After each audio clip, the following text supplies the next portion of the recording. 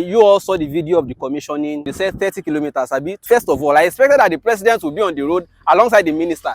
To be driving along the kilometer stretch, they said they have completed, at least to give people confidence. But instead, what I saw was that they all boxed themselves in a conference room and they were impressing themselves by showing drone footage of whatever they said they have done at the projector screen.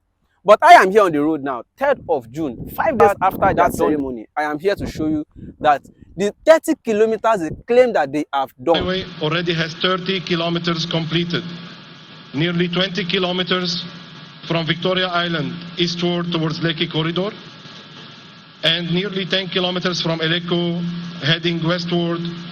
20 kilometers they said from VI to Eleko Corridor.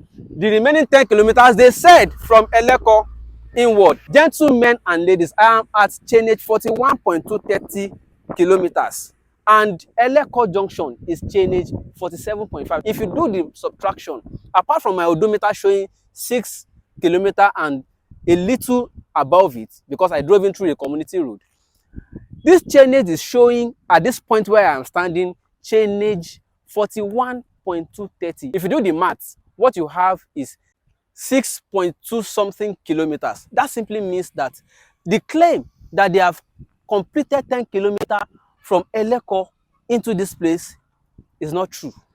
Today is 3rd of June. You can come in tomorrow, 4th of June, come and do your own. And by the way, did they just do the commissioning in order to give us that impression and everybody disappears? Because I can't even see the paver again. Have they stopped work? So in case you are thinking, oh, they have done 30 kilometers, I want to drive from VI, I want to go to Eleko. They are not together. They are disjointed like different pieces. Some kilometers there, some kilometers here. That's what they did. You are coming from Eleko, you just reach this point. Chakam, middle of nowhere. Point 2 that I expected us to be discussing is that they have said that by December, they are going to be tolling this road. And they are projecting around 3K per vehicle. We do not know for certain yet how many tolling points are going to be between VI and Eleko. If there are 2, that simply means 6,000 from VI to Eleko. And if you are going back another 6,000, that's 12,000 naira. No fuel inclusive, no other cost inclusive. And if you are a salary earner, what is minimum wage again? In a month, you would have spent how much just to go and come? Although it has its own benefit too, it would have relieved the Lekki-Epe Expressway of huge traffic or the volume of traffic on that route. It would have done a lot of things to, yes, it will link eventually, if the claim is true, that they want to truly link this road to Calabar. They would have saved a lot of hours in travel time. But if speculations are right, that the only thing the federal government wanted to achieve is just to link the Eko Atlantic City with Dangote Refinery and the Lekki Free Trade Zone, as well as the Lekki Deep Sea Port, then congratulations, the federal government has succeeded, because by December, according to what I'm seeing, they are likely to complete this section of it. Then congratulations. But we are going to continue to monitor afterwards to be sure that this is actually going to reach Calabar. Another point I expected us to be discussing is what are the costs in real sense of it that this road is to Nigerians. First of all, do you know that this is not the original alignment of the road?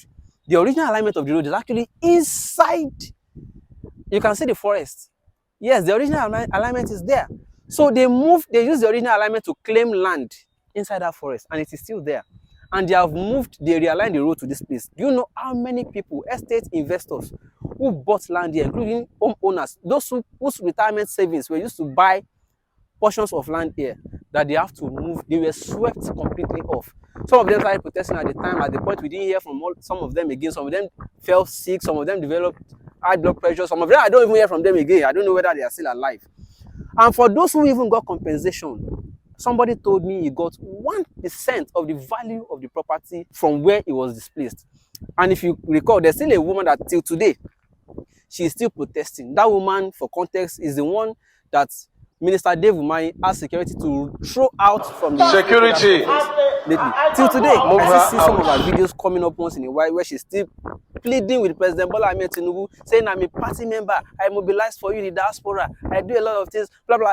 If somebody as strong as that in President's campaign committee suffers like that, but that notwithstanding, for those of you who have been receiving a lot of promises to say, oh, come and buy land by the coastal road. If you see anybody marketing any coastal road to you, any land along the coast, please check and recheck, because the old alignment of this coastal road that they used to claim is still there in the forest. So you have to be very sure it is not the land that the Minister Dave Umahi says he wants to sell actually. The moment we finish this road, we are going to deploy it by way of tolling it, by way of making available the land, we are going to have along the corridor.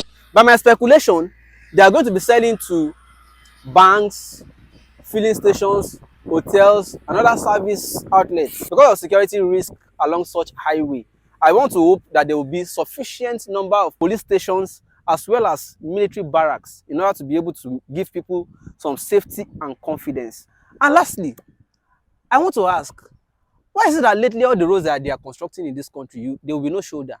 Like no lay-by, nowhere to park, no the vehicle. So are you simply saying that from Lagos to Calabar, somebody's road vehicle must not develop fault or even break down? Or you must not even slow down to say you want to receive a call? Because these are just three lanes on both sides. So I see no reason why we are not discussing all of this important, or are they not important? Because I see what you are discussing is, oh, the president should have greeted the governor. He should not have snubbed him. Oh, when these people get back into their private, they'll be laughing at what you are discussing because they have completely distracted you from all of the points I suppose. Even me, I've not exhausted all the important topics about this room. Even though at the end of the day, it is still going to be beneficial to people because, for instance, those who have maybe 20 plots and they took 15 plots for the road, your remaining 5 plots, whatever you use it to do, will still be of value. In fact, it will have increased the value. So to an extent, you can discuss that it's going to open up this place, it's going to increase businesses, economy is going to sprout, and a lot of things are going. Yes,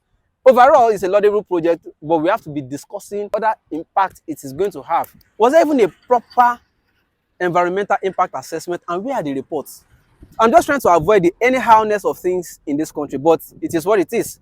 We all must not even stop after the commission. We must all continue to torchlight, to probe, to ask questions, to screen. Are they, for instance, right now, where are the pavers? Did they just commission and disappear? I expected that after the commissioning, they should continue. This is just 6.27 kilometers from Eleko. It's not up to the 10 kilometers they claim. And the pavers are nowhere to be found. They've disappeared.